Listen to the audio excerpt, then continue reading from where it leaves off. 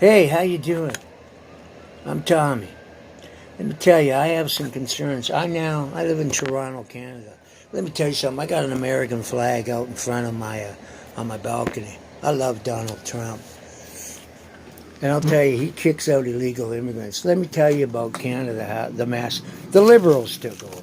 Liberals are useless. When the Conservatives were running Canada, everything was smooth. Nobody snuck in the country illegally. Harper would have kicked them out.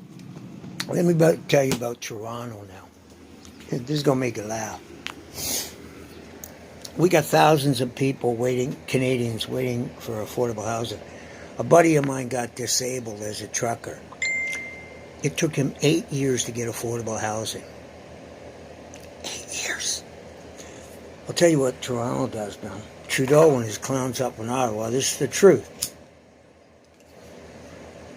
All these people down in the States that Trump's going to kick out because they came illegally, they said there's a part of the American-Canadian border you can just walk over. You can walk in a mile before the RCMP arrest you. But it's too late. We got to hold them and see if they can stay. And many of them stay coming in illegal. But here's the problem. We got to house them. We got to put them up in housing. And we don't, like the States, put them in a building. No. Toronto last year spent $100 million housing these illegal immigrants. Either in the summer they put a lot of them up in colleges that were empty because the students had gone home. Many of them got hotels, room service. Just the truth. $100 million. Yet we have Canadians, thousands on the waiting list. We have hundreds and hundreds and hundreds and hundreds of people living on the streets when it's 20 below, 30 below, because the shelters are full. We have to do something. It's a joke, okay? It's a joke. And we have to do something. Anyways, God bless you all. And I'll tell you, there's a project in Toronto. It's on the outside of Toronto. It's about 15, 20 stories high. It's no lie. I have a couple of Somalian guys who told me this. It's all Somalians. No lie. Not one of the women work. Every single one of those women came to Clan collecting full maximum welfare checks, some up to $1,000, $1,200, $1,400, $1,500. Popping babies out, they get more. Free education, free health care. You get it all. In third world countries, they teach you how to come to Canada. Go here to get welfare. Go here to get housing. Go here. It's true. Look it up. I'm just telling you the facts. I know the facts. And it's become a joke. And you know what's funny? We don't take people anymore from England or Italy or any of the countries that give us people that want to work. It's the third world countries, and it's destroying Canada because 80% of them don't work. They just collect welfare. They have no skills. Why aren't we also bringing in people with skills so they can be productive, pay taxes, and make the country better? We got a deficit we're never going to pay. We have to keep housing these people who get it better than Canadians. The illegal immigrants have it better than the Canadians.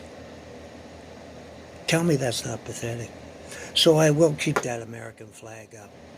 God bless America. God bless Donald Trump. He won't let him in. And that's the way to do it. Let me tell you, if I move to America and I just sneak into America from Canada, they send me home. And I should be sent home. Because I did it the wrong way. Most immigrants paid for lawyers, waited, did everything right to get into Canada. It's a slap in every immigrant's face who came here the right way when these people get in illegally. It's a slap in their face. Why did I bother getting a lawyer? Why did I bother waiting? Why didn't I just sneak across the border and get to stay in Canada, get a nice big fat welfare check and a good place to live? Why am I working my ass off, driving a cab or, making minimum wage? I could be sitting on a big fat welfare check. That's the way Canada is now. I'll tell you something. I got nothing against Muslims, but I'll tell you, that idiot up in Ottawa, he treats the Muslims better than the Christians. He treats the Muslims like they're God. I'll bring in the Muslims. For every Christian new immigrant that gets in this country, I can guarantee 10 Muslims get in. They don't let people from England come anymore. It's rare. Or Italy, or Greece, or India. Growing up, man, immigrants came here. It was beautiful. They all came to work. And Toronto was vibrant. There was no unemployment. Now, we have a welfare crisis. We can't take care of Canadians anymore because we spend so much money on these illegal immigrants and these immigrants who come here to collect welfare. Last question. Whether you're an American, a Canadian, East India, I don't care where you're from. How would you feel if I came to India or America or Jamaica or any other country? How would you feel as a person living there if I got treated better than you? That wouldn't anger you? That wouldn't piss you off? Don't lie to me, it would. And it's wrong. If I go to live in Jamaica, I should get no more rights than anybody else.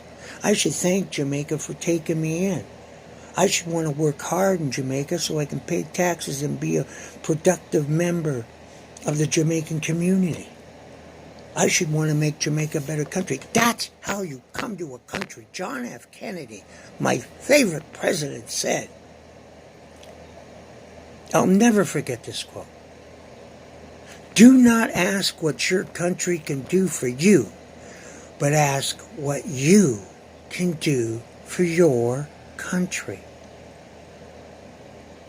If you're coming here to commit crimes, and it's very few, most immigrants who come here, they work hard, and God bless them all.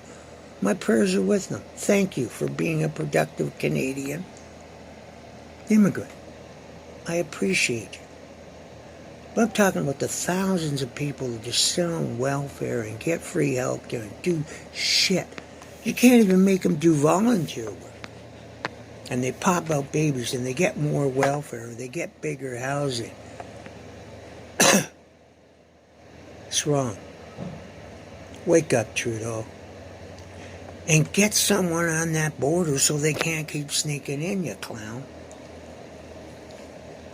When will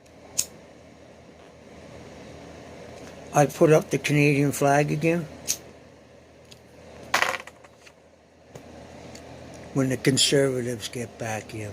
Things were great here when they were in for 10 years. And then we let an ex-acting teacher, that's what Trudeau was, he was an acting teacher. Americans, they put down Trump. I say to I have American relatives, I say, I'll tell you what, I'll make you a deal. We'll take Trump, you take Trudeau. And let me tell you, after a year or two, you're going to pray that Trump comes back. God bless you for listening. If you didn't like what I said, it's okay. This is just my opinion. But I don't say things to hurt people. I say things to change things. I say things to make things better. I say things to make things right. What's going on is wrong. I pray for those Canadians that sit in 20 below, 30 below, on heaters, underneath cots, in the winter of Toronto. Every once in a while, I'll bring one of them a coffee, and I'll tell them Jesus loves you. I care about them.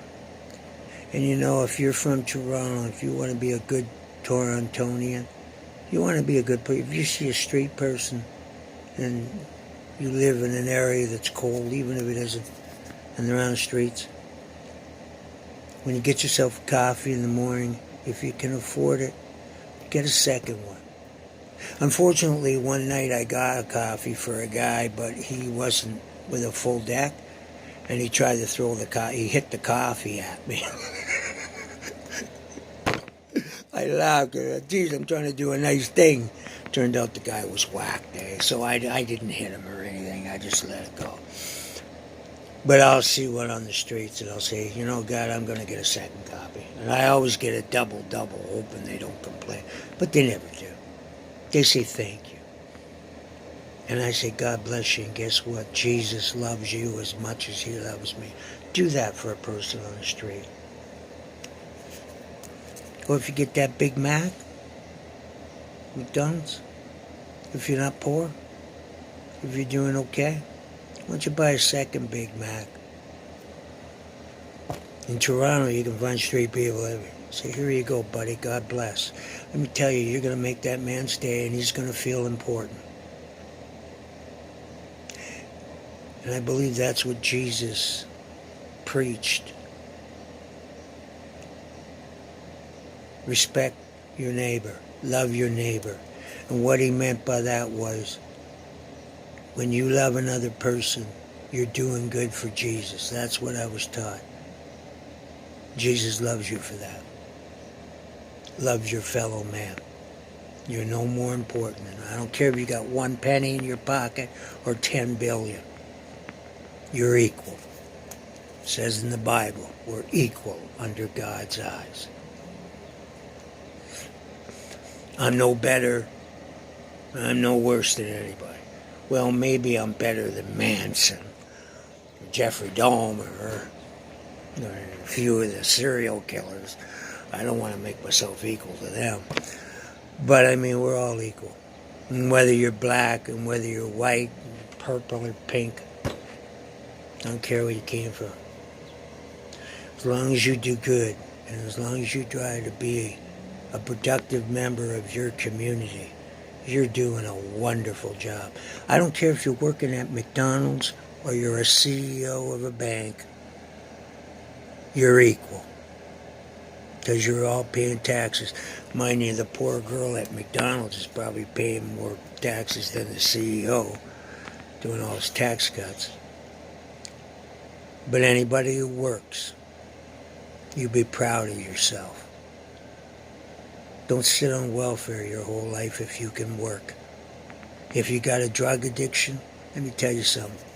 I'm coming up to 5 years sober. I went to jail on a stupid, 3 days I went on a stupid thing. I could have lost my job, but I managed to book off sick. And the 3 days in jail, because I was in a blackout, reminded me that if I keep this up, I could end up in prison. And September 20th, 2014 was my last drink. This September 20th will be 5 years. So if you have an addiction, don't feel bad about yourself. I'm a very good person. I don't harm anybody. I'm a productive member. I'm retired now, but I work all my jobs, put them together 40 years. Don't feel ashamed. Get help. And if you're working and you have an addiction, you can walk into your boss's office and say, I'm an alcoholic. I have a drug addiction. Don't say drug, just say you're an alcoholic. There's drugs they could get you. Just go in and say, boss, I have an alcohol problem. I have to get help. 1954, the American Medical Association deemed alcoholism a disease. And it is discriminatory not to help someone with that disease. Walk into your boss's office, say, I need help, I want to go for treatment. If your boss fires you, you can sue his sorry ass off, and you'll win. He won't do that. Your boss will say, get help. And you go get the help, and you get straight. And if I can do it, anybody can do it. Because I spent 25, 30 years on and off trying to get sober. Couldn't do it. 25 years. I get a year, I get this. But when I went to jail, it was the best thing that ever happened to me. I thank God today that it happened, because it was the best thing that ever happened to me. Those 3 days woke me up. And when my sister bailed me out, I said to my sister, I will never put a drink to my mouth again. And any time it's been few I've ever had a thought of a drink, I just think, do you want to go to prison, Tommy, when you're blacked out and you don't even remember what you did? Because when I went to jail, I couldn't tell you what I did. I was in a 2-day drunk, total blackout. And I said, I don't want to go to prison and not even know why I'm there. That's what happens with addiction.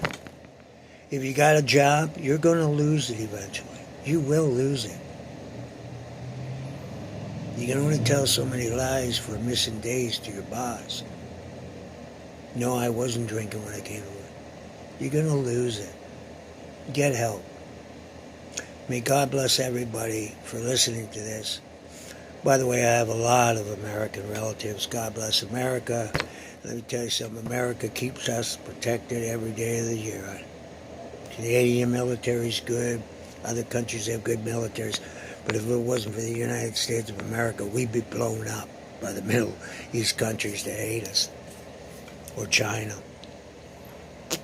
Fortunately, America's got a military second to none. Massive. Russia doesn't stand a chance. Anybody who messes with America is going down. They're too powerful. I watch a lot of military movies. I love history. I always say, if you mess with America, do me a favor. Say hi to God, because you're going to meet him real soon. And I want to close with my favorite comedian when I was a kid. His name was Red Skelton. You younger people wouldn't know him. I think he was the greatest comedian of all time. Red Skelton made a quote one time I have never ever forgotten, and I'm going to close with this. Love your enemies, because you made them. Think about that. You love your enemies because you made them. And the greatest thing you can ever do to another human being is forgive them. I can hate somebody for doing something stupid to me, but that's just affecting me. That's just destroying my life, because I got this anger towards them. I just say, God, I forgive them, take care of them, it's gone. Pray for your enemies. They won't control your mind anymore. All the best to you.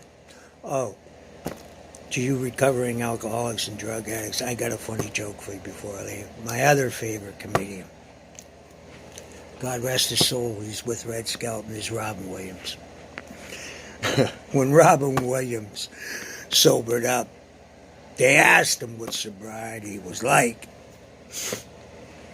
And Robin, like only Robin could say it, said, well, since I got sober, I'm the same asshole I always was. I just got fewer dents in my car.